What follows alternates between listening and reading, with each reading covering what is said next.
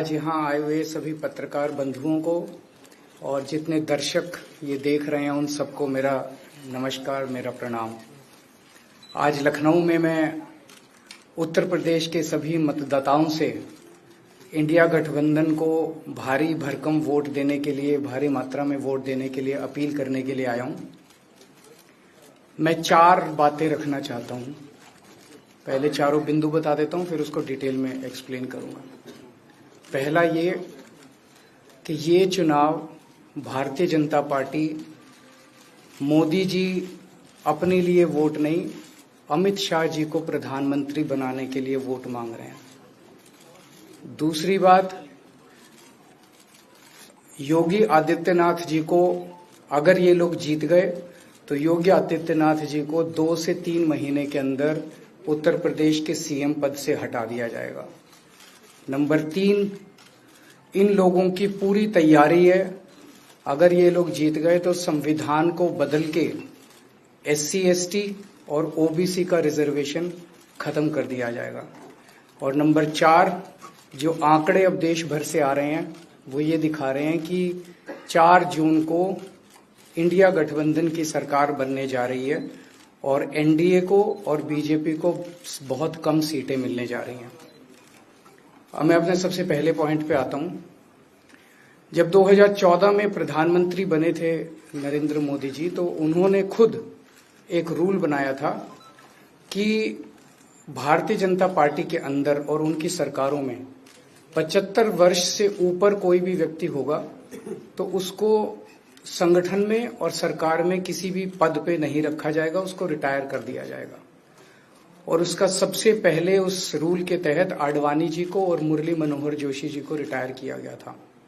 और उसके बाद तमाम यशवंत सिन्हा जी, सुमित्रा महाजन जी, कई लोगों को यहाँ टिकट नहीं मिली। कई लोग जो पद पे बैठे हुए थे उनको पद से इस्तीफा दिलवा के उनको हटाया गया। ऐसे कई सारे लोग हैं। तो अब अगले साल 17 सितंबर को प्रधानमंत्री मोदी जी 75 साल के होंगे और मोदी जी ने तय कर लिया है कि अमित शाह जी को वो अपना वारिस बनाएंगे और अमित शाह जी अगले साल 17 सितंबर को देश के प्रधानमंत्री बनाने का उन्होंने तय किया है मोदी जी ने।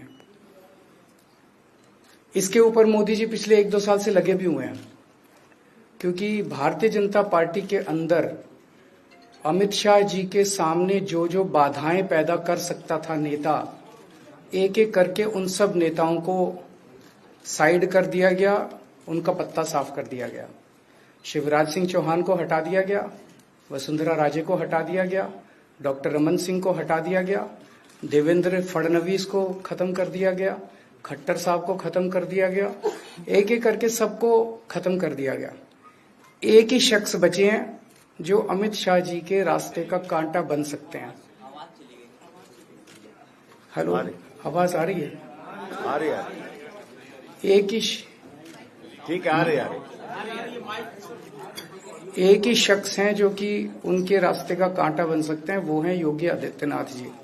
अब योगी आदित्यनाथ जी को इन्होंने हटाने का पूरा मन बना लिया है और अगर इनकी सरकार बनी तो 2 महीने के अंदर योगी जी को भी उत्तर प्रदेश के सीएम से हटा दिया जाएगा।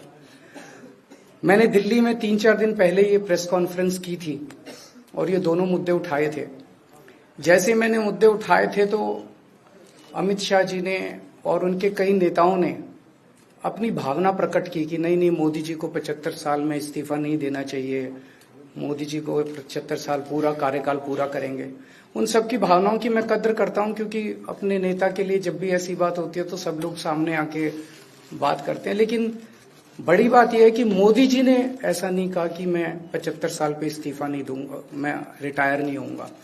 उनका अपना बनाया हुआ रूल है और मुझे पूरी उम्मीद है कि मोदी जी का अपना बनाया हुआ रूल है और मोदी जी अपने रूल को फॉलो करेंगे। नहीं तो लोग कहेंगे कि मोदी जी ने ये रूल आडवाणी जी को हटाने के लिए बनाया था, जब अपनी बारी आई तो नहीं। तो मोदी जी इस रूल का फॉलो करेंगे, ये पूरा यकीन है देश के लोगों को कि उन्होंने खुद रूल बनाया तो खुद फॉलो करेंगे। दूसरी बड़ी बात जो हुई कि जब मैंने कहा कि योगी आदित्यनाथ जी को 2 महीने में हटा दिया जाएगा, इस पे अभी तक भाजपा के किसी नेता की टिप्पणी नहीं आई है। 4 दिन हो गए। इसका मतलब ये तो कंफर्म करता है कि उन्होंने पूरी प्लानिंग कर ली है और उनके पक्ष में कोई बोलने के लिए तैयार नहीं है योगी आदित्यनाथ जी के। तो उनका हटना अब लगभग तय है। कि योगी आदित्यनाथ जी को उत्तर प्रदेश के सीएम पद से हटाया जाएगा। दूसरी चीज, मैं उत्तर प्रदेश के सभी मतदाताओं को कहना चाहता हूं कि पिछले 4-5 महीने से इन्होंने शोर मचा रखा है, 400 पार 400 पार 400। क्यों? कहते हैं नहीं मोदी जी कुछ बड़ा काम करना चाहते हैं। तो लोगों ने खोद खोद के पूछा, भाई क्या बड़ा काम करना चाहते हैं, कुछ बताओ तो सही। तो उन्होंने नहीं बताया। लोगों ने फिर अंदर से पता किया कि बड़ा काम ये करना चाहते हैं कि देश से रिजर्वेशन खत्म करना चाहते हैं।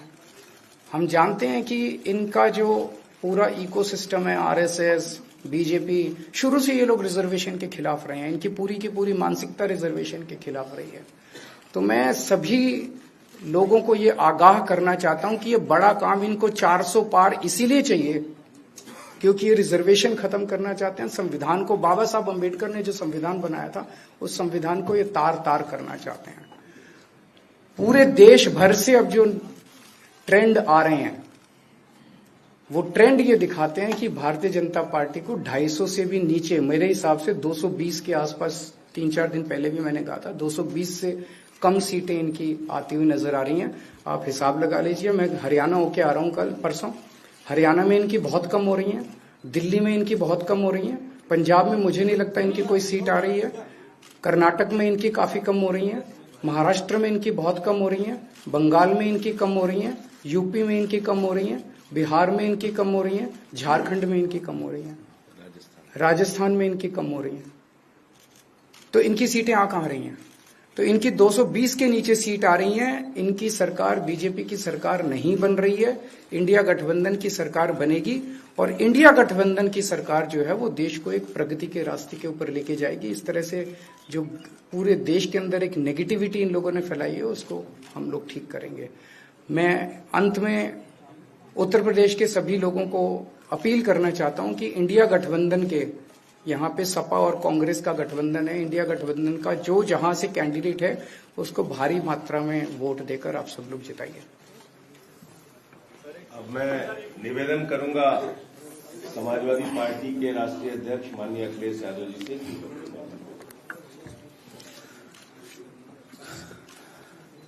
आदरणीय अरविंद केजरीवाल जी का मैं धन्यवाद देता हूं। उन्होंने बहुत महत्वपूर्ण बातें आपके सामने रखी हैं। जो देश का माहौल है और 4 चरणों में भारतीय जनता पार्टी चारों खाने चित्त हो चुकी है और उनके आंसुओं की नदी उफान में है। भारतीय जनता पार्टी जो 400 पार का नारा दे रहे थे, अब समझ में आया है 4 चरणों के बाद। वो बात तो ठीक है कि आरक्षण पे सबसे पहले हमला करेंगे, लेकिन 400 पार नारा इसीलिए दे रहे हैं कि 543 में 400 के बाद वो सीटें देख रहे हैं, तो वो केवल 143 बन रही हैं।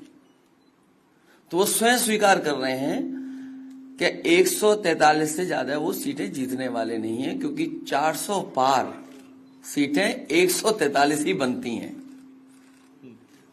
और 140 करोड़ की जनता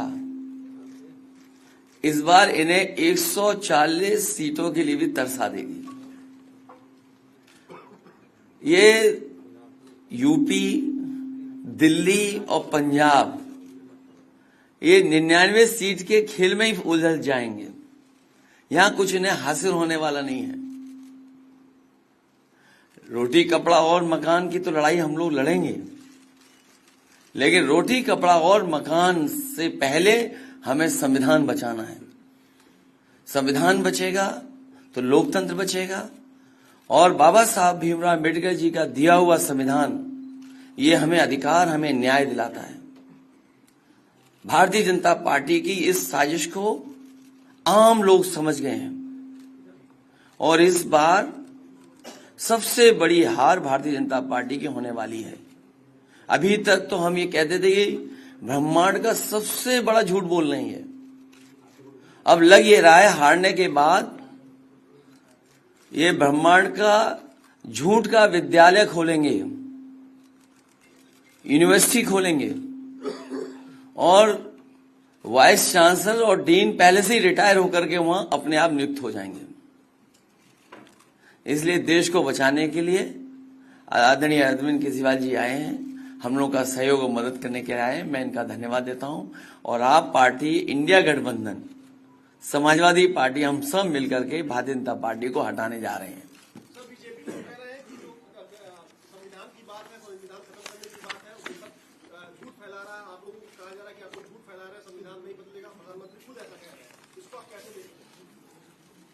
उनकी कौन सी बात सच निकलेगी? अभी आपसे ही कहा कि 75 साल वाला जो वो है रूल नियम, उसको तो फॉलो किया जाएगा ना, इसी से पता लग जाएगा। और एक मिनट, अगर आप इनका इतिहास उठा के देखें पिछले 75 साल का, जनसंघ का, आरएसएस का, थ्रू आउट ये लोग रिजर्वेशन के खिलाफ रहे हैं। तो अब 400 सीटें लाके ये संविधान बदल के उस रिजर्वेशन को खत्म करना चाहते हैं।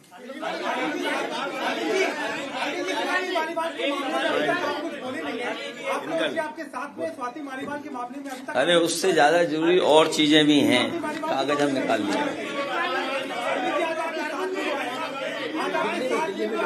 भाजपाई किसी के सगे नहीं है, ये है कि भाजपाई किसी के सगे नहीं है, और भाजपाई झूठे मुकदमे लगाने वाला गैंग है। हाँ बोलो। बोल रहे बता।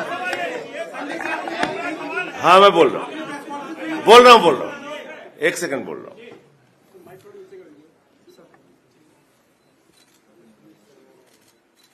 सब लोग, पूरा देश हतप्रभ है, दुखी है, आज तक पीड़ित है। मणिपुर के अंदर एक कारगिल योद्धा की पत्नी को निवस्त करके घुमाया गया, सैकड़ों महिलाओं के साथ दरिंदगी हुई, भारत के प्रधानमंत्री खामोश रहते हैं।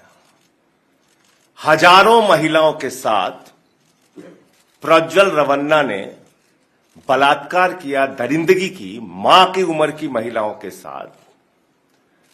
प्रधानमंत्री कहते हैं ये भारत को मजबूती देगा, इसी को वोट देना। ये भारत का भविष्य है प्रज्वल रवन्ना, उसको भगा दिया जाता है बीजेपी के द्वारा।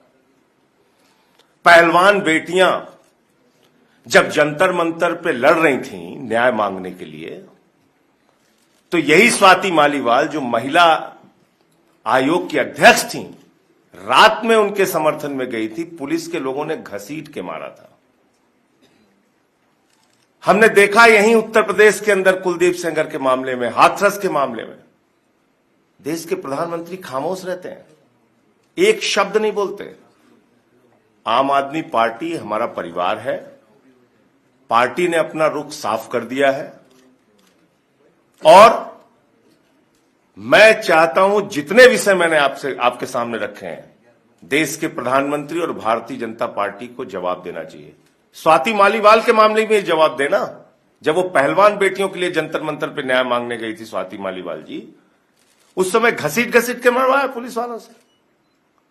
तो इसलिए इस पे राजनीतिक खेल ना खेलें, मैं सिर्फ इतना कहना चाहता हूं। धन्यवाद।